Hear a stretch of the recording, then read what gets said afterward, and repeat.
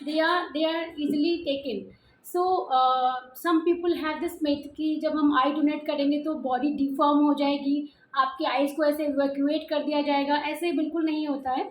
Eyes, whole of the eyes we can not donate, only the cornea thing, which is the black part of the eye, it is taken, this small layer only.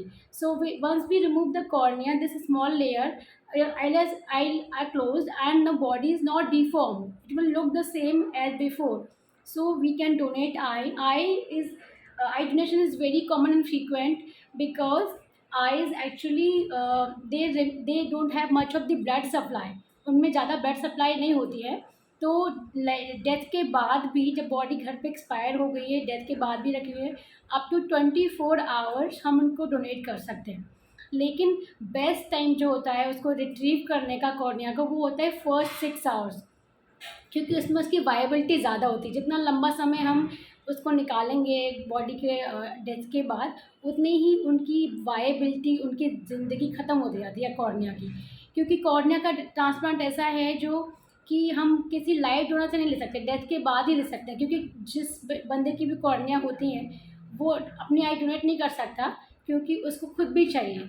हम वही organs body से निकाल सकते हैं जो कि उस बंदे को अगर हम निकाल दें, जो डोनर बंदा है, तो वो फिर अपनी लाइफ सस्टेन कर सके। जैसे कि किडनी हमारे पास 2 होती हैं, तो हम एक किडनी डोनेट कर देते हैं, डोनर अपनी ज़िंदगी एक किडनी से पूरी तरह नॉर्मली निकाल सकता है, तो वो हम डोनेट करते हैं। लीवर में क्या होता है कि लीवर के 2 पार्ट होते हैं, left lobe and right lobe, तो उसका भी कुछ पार्ट हम डोनेट कर सकते थे। ऑल्दो लीवर एक ही होता है बॉडी में, लेकिन उसका कुछ पार्ट हम डोनेट कर सकते हैं, बाकी बॉडी में हमारा ज़िंदगी की काम चलाने के लिए वो ठीक रहता है। तो हम इसलिए लीवर भी लाइव पेशेंट से ले सकते हैं। लेकिन जो कॉर्निया है वो हम डेड पेशेंट से ले सकते हैं, क्योंकि इसका पार्ट निकालने के बाद उसको, जो डोनर है, उसको प्रॉब्लम होगी। तो हम ऐसा कोई भी पार्ट बॉडी का नहीं निकालते हैं जिससे डोनर को प्रॉब्लम हो। ओके, सो अगर हम फर्स्ट 6 आवर्स में डोनेट करेंगे आइज़ के लिए, तो बेटर बायबिलिटी होती है। जो बंदे को हम, जिस रिसिपिएंट को, जो अगर हम आइज़ लगाएंगे, कॉर्निया लगाएंगे, तो उसकी लाइफ की भी वैलिडिटी बेटर होती है, उनकी आई की रोशनी भी ज़्यादा बेटर अच्छा। There are some contraindication to eye donation, जैसे कि हमें अगर HIV का इन्फेक्शन है तो हम आई डोनेट नहीं कर सकते हैं, या वायरल हेपेटाइटिस, जैसे हेपेटाइटिस B या C या कोई और हेपेटाइटिस हमें वायरल वाली है, तो हम उसको डोनेट नहीं कर पाएंगे। इसके अलावा अगर कोई मैलिग्नेंसी, कोई ट्यूमर या कैंसर बॉडी में आपको है, तो आप आई डोनेट के लिए वैलिड नहीं है। लिम्फोमा, ल्यूकीमिया, ब्लड कैंसर्स भी होते हैं जिनमें हम आई डोनेट नहीं कर सकते हैं। Okay, but it is actually very noble cause, so we should go for it, because we are losing nothing, but we can give life to someone else. See, we can see Diabetic patients can diabetic patient can donate, yes, can donate. Okay, there are some, for different organs there are different guidelines. जैसे kidney हम जब donate करते हैं तो हम diabetic patients को include नहीं करते हैं। ओके, जैसे मैं जब किडनी ट्रांसप्लांट में प्रैक्टिस करती थी, तो अगर पेशेंट डायबिटिक है तो there is risk to the kidney. So if we take one kidney and donate to someone and live transplant, and then the patient damages her kidney because of the diabetes, so she is in problem. So we don't suggest those persons, so you donate a kidney when you have diabetes, but eyes के लिए it is safe. Okay, but the hypertension is there, we don't allow patient to donate kidneys, because kidney के लिए sugar and BP दोनों की बीमारियां से kidney damage होने का बहुत रिस्क होता है, so we don't allow them. Okay, there are some myths also कि हम कैसे डोनेट। आइज़ के लिए तो सेम है। आइज़ के लिए अगर हमने अपनी बॉडी को, जो डिकीज्ड बॉडी है, उसको हमने अगर आइस में रखा है, फ्रोजन कर दिया है, तो हम 24 आवर्स तक आराम से उसको निकाल सकते हैं डेथ के बाद भी। लेकिन बाकी ऑर्गन्स जो हमारे हैं, kidney, liver, heart, lungs, intestine, और भी हमारे कार्टिलेज होते हैं, बोन्स होते हैं, टिश्यू होते हैं, वो हम डोनेट, स्किन भी डोनेट कर सकते हैं। लेकिन इनको डोनेट करने के लिए हमें ऐसे आफ्टर डेथ ऐसे डोनेट नहीं कर सकते। इनके लिए हमें चाहिए कि पेशेंट जो हो ब्रेन डेड हो जाए। ओके, ब्रेन डेड में कैसे हम करते हैं, जब पेशेंट का हम लाइफ सपोर्ट, पेशेंट सीरियस हो गया काफ़ी ज़्यादा और वो ब्रेन डेड हो गया, तो हम उनकी, केवल वो ब्रेन डेड पेशेंट होते हैं, वो सांस खुद से नहीं ले सकते, अपनी वेंटिलेशन खुद मेंटेन नहीं कर सकते हैं, लेकिन उनका दिल धड़कता रहता है जब तक कि उनको प्रॉपर ऑक्सीजन मशीन के वेंटिलेटर के द्वारा उनको मिलती रहे, दिल लगता है, लेकिन वो भी कुछ समय के लिए, maybe 24 hours, 48 hours, for some time वो बीट करता है, उसके बाद वो भी बंद कर देगा और फिर वो बॉडी पूरी तरह से डेड हो जाएगी। ब्रेन डेड पेशेंट की रिकवरी पॉसिबल नहीं होती। अगर एक बार ब्रेन डेड हो गए तो वो वापस नॉर्मल उठ के ठीक हो जाएंगे, ऐसी कोई उम्मीद बिल्कुल भी नहीं होती है। 100% पेशेंट डेथ बेड पे होता है। तभी हम उनको फैमिली मेम्बर को बताते हैं कि अभी पेशेंट के ऑर्गन्स ठीक हैं, अभी इस हालत में दे सकते हो, लेकिन पेशेंट ठीक नहीं हो सकता, ये 100% सत्य है। तभी हम उनको प्रमोट करते हैं, उनको एजुकेट करते हैं इसके लिए। ओके, तो लेकिन इसको लेके भी कुछ मिथ्स होते हैं अटेंडेंट्स के मन में कि अगर पेशेंट को कोमा और ब्रेन डेड में क्या फ़र्क होता है। कोमा और ब्रेन डेड दो अलग अलग चीज़ें हैं। कोमा बिल्कुल भी ब्रेन डेड के बराबर नहीं होता है, क्योंकि कोमा से मैक्सिमम पेशेंट वापस आ जाते हैं, नॉर्मल हो जाते हैं, ठीक हो जाते हैं, चलने फिरने भी लगते हैं। ओके, तो कोमा का मतलब होता है बेहोशी। बेहोशी किसी वजह से भी आ सकती है, जैसे कि बॉडी में ऑक्सीजन की कमी हो गई, लंग्स ख़राब है इसलिए ऑक्सीजन कमी हो गई, हार्ट अटैक पड़ गया, लंग्स भी काफ़ी ख़राब हो गए, ब्लड में इन्फेक्शन हो गया, इसलिए भी कोमा आ सकता है, या ब्रेन में कोई हैमरेज हो गया, या ब्रेन में कोई थक्का जम गया खून का, उससे भी बेहोशी आ सकती है। उसके अलावा भी और भी हज़ारों कारण हैं जिससे कि हमारे मरीज़ बेहोश हो सकते हैं। तो वो सब कारण जब हम ठीक करते हैं, ब्रेन हैमरेज का इनमें इलाज करा, या जो ब्लड में इन्फेक्शन था उससे बेहोश है, इनमें उसको इलाज करा, या मिर्गी के दौरे पड़ गए उससे पेशेंट कोमा में बेहोश हो गया, उसका हमने इलाज किया, तो पेशेंट ठीक होकर वापस नॉर्मल हो सकते हैं।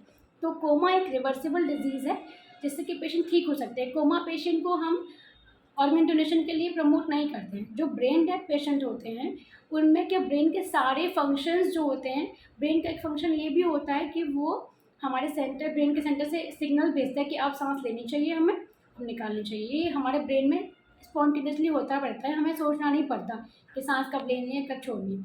तो ये इसके अलावा हार्ट के लिए भी सिग्नल्स ब्रेन भेजता है कि कैसे बीट करना है, कैसे बीट नहीं करना है। तो ये सिग्नल्स जो हैं वो ख़त्म हो जाते हैं जब ब्रेन बिल्कुल पूरा डेड हो गया, ब्रेन का नर्वस सिस्टम बिल्कुल फेल हो गया, तो फिर वो सिग्नल्स ब्रेन लंग्स को नहीं भेज पाएगा कि आप सांस लेना है अब नहीं, तो अपनी स्पॉन्टेनियस जो ब्रीथिंग होती है वो ख़त्म हो जाती है, तब हम बोलते हैं पेशेंट ब्रेन डेड हो गया। उसके बाद चूँकि अगर हमने उसको वेंटिलेटर पर रख दिया या आर्टिफिशियल हम एयर उसको दे रहे हैं, ऑक्सीजन दे रहे हैं आर्टिफिशियल, वेंटिलेटर से उसको सारी सांसें जा रही हैं, तो हार्ट बीट करता रहता है और कुछ समय के लिए ऑर्गन्स को क्योंकि ऑक्सीजन मिल रही है तो ऑर्गन्स भी काम करते रहते हैं। तो ऐसे में हम अपने पेशेंट्स को प्रमोट करते समझाते हैं कि इस समय आप अपने ऑर्गन डोनेट कर देंगे। एक बार ब्रेन डेड होकर पूरा डेथ हो गया, फिर उसके बाद अगर जैसे घर पे डेथ हुई है या फिर रोड ट्रैफिक एक्सीडेंट में डेथ हो गई और जाते जाते ही पेशेंट पूरा डेड हो गया, उसके बाद हम ऑर्गन रिट्रीव करके ज़्यादा हेल्प नहीं कर पाएंगे पेशेंट को, उसके बाद हम ज़्यादा हेल्प नहीं कर सकते। इन हॉस्पिटल अगर पेशेंट डेड हो रहा है, ब्रेन डेड है, ऑर्गन काम कर रहे हैं, उनको ऑक्सीजन मिल रही है, तो ही हम ऑर्गन्स को रिट्रीव करके किसी और बॉडी में लगा सकते हैं, वरना फिर उनकी भी टाइम लाइन होती है, हर ऑर्गन की अलग टाइम। जैसे किडनी को हम 24 आवर्स तक लगा सकते हैं, लिवर को 20, हर ऑर्गन का अलग अलग टाइम होता है। उस टाइम में हमको उनको निकाल के किसी दूसरी बॉडी में लगाना है, तभी वो इफेक्टिवली काम कर पाएंगे, अदरवाइज़ वो कोई काम के नहीं रहेंगे। दूसरा एक कन्फ्यूजन लोगों को ये होता है कि अगर हमने डोनर प्लेज फॉर्म पे साइन कर दिया या हमने कह दिया कि ओके हमारी जो नियर एंड डियर वन की डेथ हो रही है उनका आप ऑर्गन डोनेट ले लीजिए, तो फिर हमारे डॉक्टर हमारे ट्रीटमेंट में या पेशेंट को ठीक करने के लिए अपने एफर्ट कम कर देंगे। ऐसा बिल्कुल भी नहीं है। गेट बंद कर दो बाहर से, चाबी चाहिए और गेट बंद कर दो बाहर से। ओके, ऐसा बिल्कुल भी नहीं है, क्योंकि जो ब्रेन डेड पेशेंट होते हैं उनके लाइफ सपोर्ट मेजर्स होते हैं, जैसे उनकी बीपी की दवाइयाँ, उनको ऑक्सीजन देना, उनको वेंटिलेशन देना वेंटिलेटर से, ये सारी चीज़ें हम कंटिन्यू रखते हैं, चाहे पेशेंट ऑर्गन डोनेशन के लिए ओके करे या ना करे। अगर हमने ये चीज़ें कम की तो ऑर्गन्स की जो वायबिलिटी है, वायबिलिटी मतलब उनकी जो लाइफ है, जो कि हम निकाल के किसी और में लगाना चाहते हैं, वो पर्पस भी सॉल्व नहीं होगा। हमने कुछ भी कम करा, उनको ऑक्सीजन कम दी या उनको कोई मेडिसिन कम दिया, उनके हार्ट की दवाई कम कर दी, ध्यान नहीं दिया पेशेंट को, तो जो पर्पस हमारा है कि हम ऑर्गन्स को बचाएं, ऑर्गन्स भी नहीं बच पाएंगे। सो डॉक्टर्स कभी भी आपके पेशेंट को हार्म करके किसी दूसरे की जान बचाना नहीं चाहेंगे। ये हमारे मोरल एथिक्स में आता है कि अगर आप किसी का कुछ भला नहीं कर सकते तो आप बुरा नहीं कर सकते। ये हमें फर्स्ट लाइन पढ़ाई है, when we enter the school, अपने मेडिकल कॉलेज में, तो हमें पहले ये सिखाया, सबसे पहली बात हमें ये सिखाई जाती है किसी का नुकसान नहीं होना चाहिए, आपसे कोशिश करिए कोई भला हो जाए। सो this is the place. Okay, तो अब हम ऑर्गन रिट्रीव करते हैं, ऐसे करते हैं कि पेशेंट को हम जिंदा रखते हैं। जिंदा के मतलब हार्ट को और लाइफ सपोर्ट, ऑक्सीजन सप्लाई, वो सब मेंटेन रखते हैं, जिससे कि पेशेंट, अगर पेशेंट में एक भी चांस होता है कि पेशेंट वाइबल हो सकता है, पेशेंट ठीक हो सकता है, इसके लिए हम 2 न्यूरोलॉजिस्ट से कंसल्टेशन कराते हैं डिफरेंट टाइम लाइन पे, कि वो पेशेंट को डिक्लेयर कर दे कि वाकई ब्रेन डेड है। कोई कन्फ्यूजन एक डॉक्टर को हो भी गया हो तो दूसरे डॉक्टर भी आके एक बार पहले कंफर्म कर दे कि ये बिल्कुल ब्रेन डेड है, तभी हम ऑर्गन डोनेशन के लिए पेशेंट के लिए बात आगे शुरू करते हैं।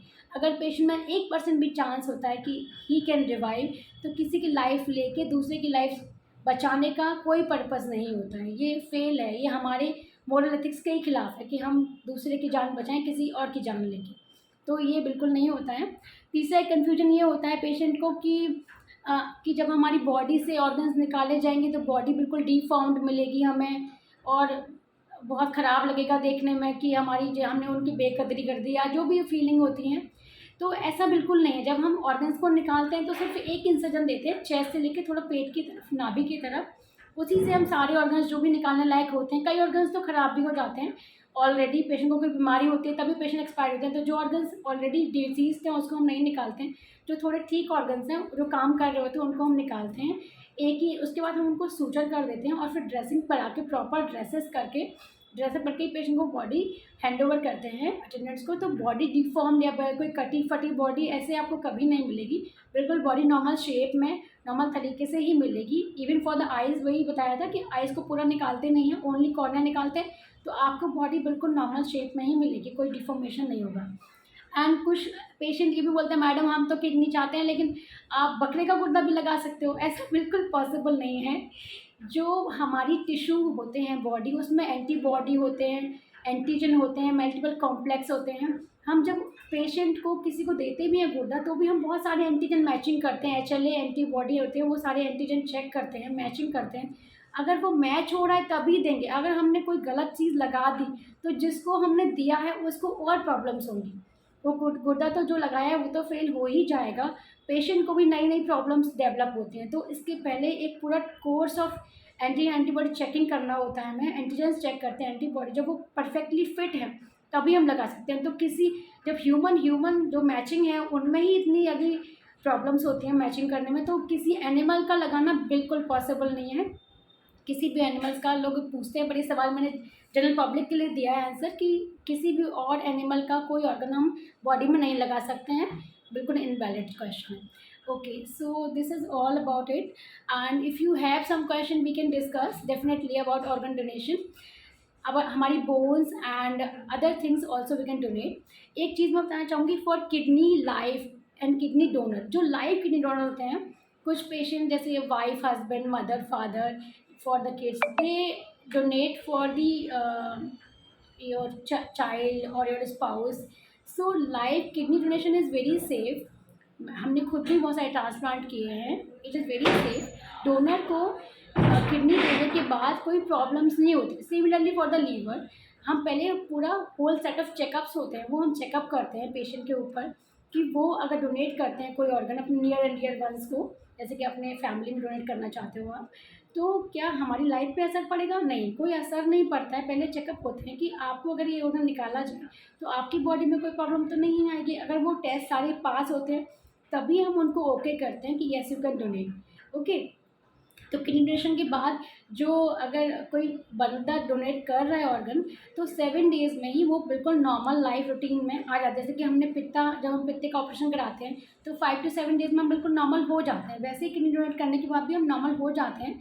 और आपकी लाइफ की जो ऐसे लोग सोचते हैं कि अगर हम डोनेट कर दें तो हमारी ज़िंदगी 10 साल कम हो जाएगी या 5 साल कम हो जाएगी, हमें बड़े परहेज़ करने पड़ेंगे, ज़िंदगी भर दवाई खानी पड़ेगी, ऐसा बिल्कुल भी नहीं है। डोनेट हम उन्हीं से लेते हैं जिनकी किडनी की दूसरी किडनी बिल्कुल परफेक्टली काम कर रही हो, उसमें कोई डिसीज़ ना हो, जैसे कि उनकी लाइफ या उनकी ज़िंदगी पे कोई भी असर पड़े, वो नॉर्मली पर फंक्शनिंग कर सकते हैं। इसके अलावा जो सर्वाइवल होता है किडनी डोनेट करने के बाद नॉर्मली 10 to 15 ईयर्स किडनी जो है वो चल जाती है। अगर हमने एक बार किडनी डोनेट की 10 to 15 से 20 ईयर्स तक भी किडनी नए बंदे के अंदर चल जाएगी। उसकी लाइफ जितनी है वो तो उतनी ही रहेगी, पर किडनी की लाइफ 20 ईयर्स तक देखी गई है, उससे ज़्यादा भी चल सकती है, एवरेज लाइफ है। And so this is very nice event. तो I would like to give some information about kidney health also, because I'm a specialist on kidney, so I know more about kidney, and I will share some important tips with you so that you guys also take care of your kidneys and or near and dear ones. Okay, so why से we see and I see here कि जो patient मेरे पास आते हैं वो बहुत late stage में आते हैं, जैसे कि किडनी पूरा फेल हो चुकी हैं, अब बिल्कुल डायलिसिस के स्टेज पे आ गए हैं या गुर्दा ट्रांसप्लांट की हालत आ गई, उससे पहले उनको पता ही नहीं चला था कि, और मैं पूछती हूँ आपको पहले कुछ प्रॉब्लम्स थी, उनको कुछ एक हफ्ते पहले 2 हफ्ते पहले ये हुआ और फिर किडनी फेल हो गई, पता ही नहीं लगा। इसका रीज़न ये है कि किडनी जो हमारे होते हैं उनके सिम्टम्स, उनकी बीमारी के सिम्टम्स बहुत ही कम होते हैं, बहुत ही मामूली। जैसे कि सबसे कॉमन सिम्टम होता है कमज़ोरी होना और भूख ना लगना, और मैक्सिमम पेशेंट जो मेरे पास आते हैं उनको भूख नहीं लगती, उल्टी आती है और वो लीवर दिखाने चल देते हैं। वो पहले लीवर 52 पीते रहते हैं, फिर लीवर के लिए गैस्ट्रोगेस्ट्रॉइड को दिखाते हैं, फिर जब काफ़ी टाइम हो जाता है वो ध्यान नहीं देते, उसके बाद जाकर पता चलता है किडनी ही फेल हो गई। तो सबसे इम्पोर्टेंट बात ये है कि अगर आपको उल्टी आ रही है, भूख नहीं लग रही है, तो ये सिर्फ लिवर की बीमारी का सिम्टम नहीं है, बल्कि लिवर बीमारी में भूख कम लगे ऐसा ज़रूरी नहीं है, या उल्टी आए ऐसा ज़रूरी नहीं लिवर की प्रॉब्लम्स में। ओके, सारे ऑर्गन्स का अपना पार्ट होता है। किडनी की बीमारी में जब भी हमारी किडनी फेल होती है तो उसे यूरिया, क्रेटिनिन, कैल्शियम, फॉस्फेट और बहुत सारे आयंस, एनायंस होते हैं, प्रोटीन्स होते हैं, वो बॉडी में डिस्प्रपोर्शनेट साइड में आ जाते हैं, इसलिए पेशेंट को बहुत वॉमिटिंग होती है, खाना नहीं खाया तो बहुत कमज़ोरी होती है। इसके अलावा बीपी बहुत हाई होने लगता है। तो बीपी हाई होना, अनकंट्रोलेबल हो जाना किडनी की बीमारी का एक बहुत इम्पॉर्टेंट कारण है। जो सिंपल चीज़ें हैं जो हम डेली रूटीन में देख सकते हैं वो है कि अगर आपकी यूरिन में प्रोटीन आ रहा है और ब्लड आरबीसीज आ रहे हैं तो it is a sign of kidney disease. इसमें हमें तुरंत ही मैनेजमेंट शुरू करना चाहिए, किडनी के डॉक्टर को मिलना चाहिए, बिकॉज आफ्टर दिस वोंट, अगर आपको कोई फ़र्क नहीं पड़ेगा, आपको उस समय कोई अगर प्रोटीन आ रहा है या फिर कोई पेशाब में खून की कणिकाएँ आ रही हैं तो आपको पता भी नहीं लगेगा, आप टेस्ट कराओगे तब पता लगेगा, आपको कोई प्रॉब्लम नहीं महसूस होगी। लेकिन 5 to 10 ईयर्स के बाद आपकी किडनी बिल्कुल फेल हो जाएंगी। तो इसलिए जो डायबिटिक पेशेंट हैं और जो हाइपरटेंसिव पेशेंट है या जिनकी फैमिली में हिस्ट्री है कि किडनी कभी ख़राब हुए थे, किडनी में स्टोन्स बन रहे थे या किडनी में सिस्ट बनने की प्रॉब्लम थी किसी फैमिली मेम्बर को भी, तो उनको रूटीनली अपना 1 साल में यूरिन का चेकअप कराना चाहिए। यूरिन में अगर प्रोटीन आ रहा है या फिर आरबीसीज आ रहे हैं तो उनको प्लीज़ प्रॉपरली डॉक्टर से मिलना चाहिए, उसका इलाज कराना चाहिए। इसके अलावा प्रोटीन जो प्रॉब्लम्स होती है किडनी डिसीज़ में वो होते हैं कि जैसे पैर में स्वेलिंग आना, बहुत खून की कमी हो जाना, स्वेलिंग आना, चक्कर आना, ये सब प्रॉब्लम्स भी होती हैं। पेशाब में खून आना, दिखता भी है कि खून कोका-कोला कलर का यूरिन हो रहा है या पिंक कलर का यूरिन हो रहा है, तो वो किडनी की बीमारी, या कभी स्टोन्स का पेन होना, ये सब कॉमन प्रॉब्लम्स हैं। जो आपको फ्लैंक्स में पेन होता है तो आप समझते हो कि किडनी की प्रॉब्लम आ रही है, या पेशाब का बहुत जल्दी-जल्दी बार-बार जाना, या पेशाब की मात्रा बहुत कम हो जाना। दिन में जैसे हम नॉर्मली 4 से 5 बार यूरिन करने जाते हैं और अगर आप एक बार ही करने जा रहे हो और बहुत कम अमाउंट में हो रहा है, इसका मतलब किडनी पे प्रॉब्लम आनी शुरू हो गई है। इसको हमें इग्नोर नहीं करना चाहिए। पेशेंट छोटी-छोटी चीज़ों को इग्नोर करते हैं और फिर किडनी आगे जाके फेल हो जाती है। ये बहुत स्लो ग्रोइंग डिजीज़ है, धीमे-धीमे जाके आपकी बॉडी को डैमेज करती है, इसलिए हमें जागरूक रहना चाहिए और टेस्टिंग कराने में कोई हार्म नहीं है। यूरिन टेस्ट बहुत सस्ते में होते हैं, किडनी का टेस्ट भी क्रेटिनिन होता है, वो बहुत सस्ते में 100-150 रुपये में कहीं भी हो जाता है, तो इसको हमें टेस्टिंग कराने से बचना नहीं चाहिए। ओके, और हमारी बॉडी में किडनी, लोग सोचते हैं कि किडनी का ये काम है कि पेशाब बना के बाहर निकाल दे, तो सिर्फ यही काम नहीं है। किडनी क्या करती है कि बॉडी से सारी जो हम जो खाते पीते हैं, जो भी टॉक्सिन्स बॉडी में बनते हैं, किडनी में फ़िल्टर्स लगे होते हैं, बहुत सारे मिलियंस फ़िल्टर होते हैं, उन सारे फ़िल्टर से किडनी उसको ब्लड को फ़िल्टर करती है। फ़िल्टर करने के बाद जो सारी गंदगी होती है उसे निकालती है, प्रोटीन, ब्लड या जो अच्छी चीज़ें हैं, कैल्शियम, फॉस्फेट, सोडियम, उनको बैलेंस करती है और बाहर निकाल देती है। ओके, इसके अलावा किडनी, शोर कहाँ से हो रहा है? ओके, इसके अलावा किडनी हमारा हीमोग्लोबिन लेवल बढ़ाने में भी बहुत हेल्प करती है। वो एक ऐसा हार्मोन बनाती है, इसको बोलते हैं एरिथ्रोपोइटिन, तो इससे हमारा हीमोग्लोबिन बढ़ता रहता है, नॉर्मल रेंज में रहता है। इसलिए आपने देखा होगा जो भी किडनी पेशेंट होते हैं उनका खून हमेशा कम रहता है या फिर उनको हमेशा ब्लड चढ़वाना पड़ता है, क्योंकि किडनी हार्मोन बनाती है जिससे कि ब्लड नॉर्मल रहे। किडनी हमारे बोन्स के लिए भी कैल्शियम, मैग्नीशियम, फॉस्फोरस का बैलेंस रखती है, जिससे बोन्स स्ट्रॉन्ग होती हैं। इसलिए किडनी पेशेंट में जल्दी जल्दी फ्रैक्चर होने का रिस्क होता है। और किडनी हमारा रेगुलेट करती है सोडियम, पोटेशियम को बॉडी में कितने मात्रा में होना चाहिए। एक्स्ट्रा हमने अगर कुछ खा लिया है तो किडनी उसको वापस एक्सक्रीट कर देती है। और एक बहुत इंपॉर्टेंट काम किडनी का है, वो है बीपी का रेगुलेशन। कि एक ये विशियस साइकिल है, अगर बहुत हाई बीपी होगा तो आपकी किडनी डैमेज होगी, अगर आपकी किडनी डैमेज है तो हाई बीपी होगा, तो ये एक दूसरे को ही पोटेंशिएट करते हैं। इसलिए हमें जब भी किडनी पेशेंट है उसको अपना बीपी का बहुत ध्यान रखना चाहिए। अगर बीपी ज़रा भी बढ़ते रहेगा, हल्का हल्का भी बढ़ते रहेगा, तो आगे जाके किडनी डेफिनेटली डैमेज हो जाएंगे। तो हमेशा हर पेशेंट को जिसको किडनी की परेशानी है, ज़रा सा भी क्रिएटिनिन बढ़ने लगा है, पेशाब में प्रोटीन आ रहा है, अगर हम उनको बीपी अच्छे से मैनेज करेंगे तो बहुत प्रॉब्लम फ्री रहेगा, पेशेंट मैनेज कर पाएगा और जल्दी से किडनी की फेल होने की प्रॉब्लम नहीं होगी। So that's all. I think that's all. I mean, time is also peeping now. So if you have any questions or anything you want to discuss with me, I'm all here. We can.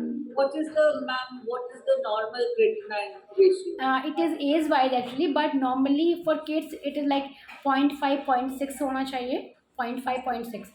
For like adult age 18 to 30 40 it should be around 1, around 1.1 भी हो सकता है, 0.9 भी हो सकता है इसकी range में।